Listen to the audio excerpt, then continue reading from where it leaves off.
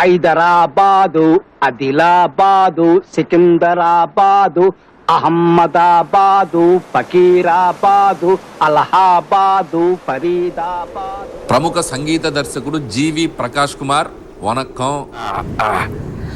అది కంఫర్ట్గా అలా ఉండు. కంఫర్ట్. మన సినిమాలో పాటలు ఎలా ఉండాలంటే జీవి, క్లాసు పాట, మాసు పాట, ఎమోషనల్ పాట, మెలోడీ పాట, డీజే పాట, బీజిఎం పాట, ఇంకేదో పాట ఉండాలయా, ఆస్కారు పాట, గ్రామీ పాట. ఏమి టైం ఉందా జీవి నీలో? మ్యూజిక్ సిట్టింగ్ అని పిలిచి ఈ ఫిట్టింగ్ ఏంటి మహాప్రభు? ఏమి లేదయ్యా జీవి, నువ్వు హీరోగా బిజీ, ప్రొడ్యూసర్గా బిజీ, మ్యూజిక్ డైరెక్టర్గా ఇంకా బిజీ. ఒక్క మనిషి ఇన్ని పనులు చేయొచ్చా? బాగా కుళ్ళుబోతు మనిషిలా ఉన్నాడే.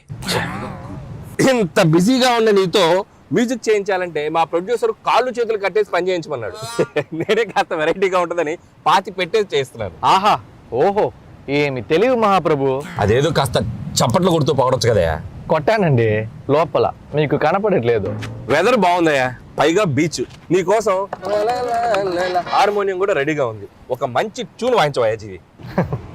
ట్యూన్ కొట్టాలంటే హార్మోనియం ఉంటే సరిపోదా, 2 చేతులు 10 వేలు కూడా కావాలి. నీకో బంపర్ ఆఫర్ ఉందయ్యా జీవి, ఓన్లీ నీ 2 చేతుల్లో మాత్రం విడుదల చేస్తాను.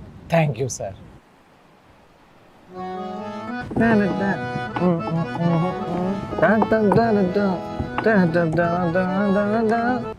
అనిల్ సార్, చెప్పమ్మా.